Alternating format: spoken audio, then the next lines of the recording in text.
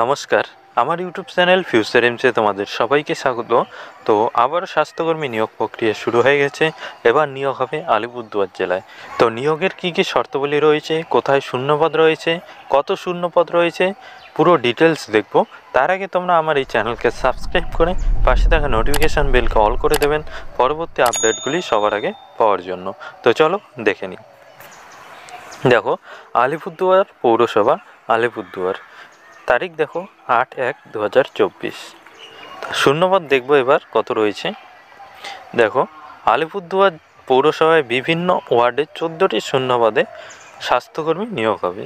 নিয়োগের যে শর্তাবলী রয়েছে সেই শর্তাবলী দেখব। দেখো, এখানে শর্তাবলী দেওয়া রয়েছে। 1 নম্বরে কেবলমাত্র বিবাহিত বিধবা, বিবাহ বিচ্ছিন্ন মহিলারাই আবেদন করতে পারবে। 2 নম্বরে দেখো, আগ্রহী প্রার্থীকে অবশ্যই আলিপুরদুয়ার পৌরসভার বাসিন্দা হতে হবে। 3 নম্বরে দেখো, সাধারণ প্রার্থীর বয়স 1/1/2024 তারিখে 30 থেকে 40 বছরের মধ্যে হতে হবে।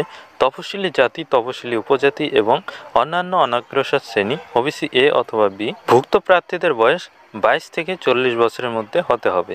4 নম্বরে দেখো, প্রার্থীকে মাধ্যমিক বা সমতুল্য পরীক্ষায় উত্তীর্ণ হতে হবে। মাধ্যমিক বা সমতুল্য পরীক্ষায় প্রাপ্ত নাম্বার বিবেচনা করা হবে। উচ্চতর শিক্ষাগত যোগ্যতা বিবেচিত হবে না। এরপরে 5 নম্বরে দেখো, সফল এবং নিযুক্ত SSW দের মাসিক 4500 টাকা সাম্মানিক হিসেবে প্রদান করা হবে। এরপরে দেখো আবেদনপত্র। তো এই হচ্ছে আবেদনপত্র। এখানে ফটো অ্যাটাচ করতে লাগবে, তো পুরো ফিল করতে লাগবে। এই যে আবেদনপত্র এবং নোটিশটি ডাউনলোড করার জন্য এই ভিডিওর ডেসক্রিপশানে লিঙ্ক পেয়ে যাবেন। সেই লিঙ্কে ক্লিক করলে নোটিফিকেশান এবং আবেদনপত্রটি ডাউনলোড হয়ে যাবে।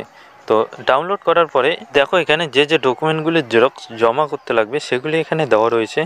এগুলি ভালোভাবে দেখে নেবেন এবং এখানে 6 নম্বরে দেখবেন ভালোভাবে, নিজের নাম ও ঠিকানা লেখা একটি পোস্টাল স্ট্যাম্প সম্বলিত খাম, সেই খামে করে এই জেরক্সগুলি এবং ফর্মটি জমা করতে লাগবে।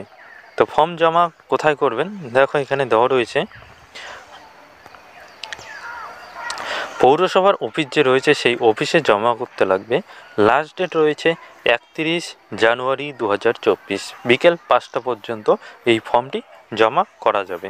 তো এই ছিল আজকের ভিডিওটি যদি ভালো লেগে থাকে অবশ্যই লাইক করে দেবেন এবং চ্যানেলকে সাবস্ক্রাইব করতে ভুলবেন না। Thank you.